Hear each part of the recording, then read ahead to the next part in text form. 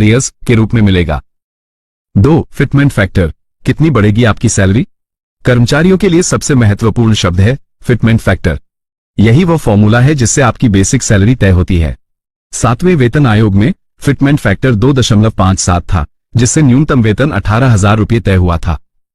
8वें वेतन आयोग की मांग, कर्मचारी यूनियन मांग कर रहे हैं कि फिटमेंट फैक्टर को बढ़ाकर 3.68 किया जाए। हालांकि विशेषज्ञों का मानना है कि सरकार इसे 2.86 से 3.00 के बीच रख सकती है। संभावित वेतन वृद्धि का गणित, पद, ग्रेड।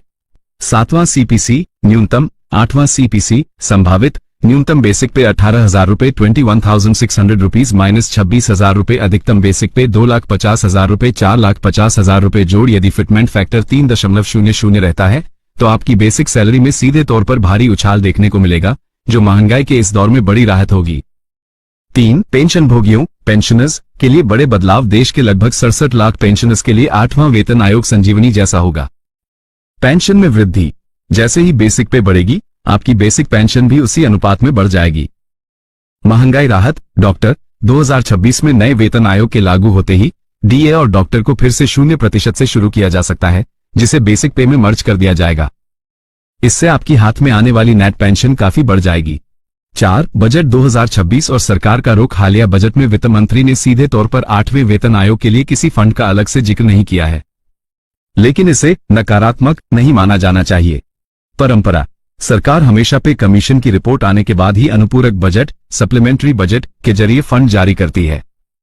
चुनौतियां, सरकार पर वित्तीय घाटे का दबाव है, लेकिन आगामी चुनावों को देखते हुए मोदी सरकार कर्मचारियों को नाराज करने का जोखिम नहीं लेना चाहेगी।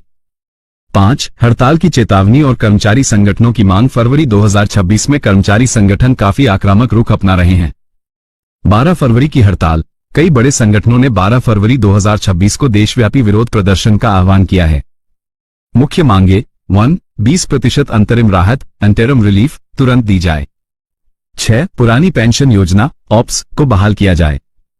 7. कोरोना काल के दौरान रोके गए 18 महीने के डीए एरियर का भुगतान हो। निष्कर्ष और आपकी राय दोस्तों, 8वां वेतन आयोग सिर्फ एक सैलरी हाइक नहीं है, बल्कि यह करोड़ों परिवारों की आर्थिक स्थिति का आधार है। हालांकि सरकार ने अभी तक आधिकारिक अधिसूचना नोटिफिकेशन जारी नहीं की है, लेकिन 1 जनवरी 2026 की कट ऑफ डेट से लाभ मिलना तय है। आपका क्या मानना है? क्या फिटमेंट फैक्टर 3.68 होना चाहिए? कमेंट बॉक्स में अपनी राय जरूर दें और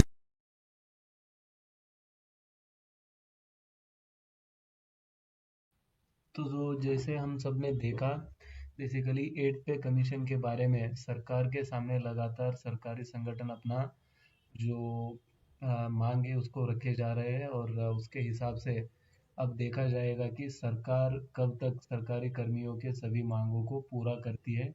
क्योंकि जब तक ये मांगे पूरी नहीं होती, सरकारी कर्मी अगर इसमें कुछ डाउट है, मतलब जैसे कि अगर 18 मंथ्स अरियर्स हो गए, इन सब चीज़ों में अगर डिले होता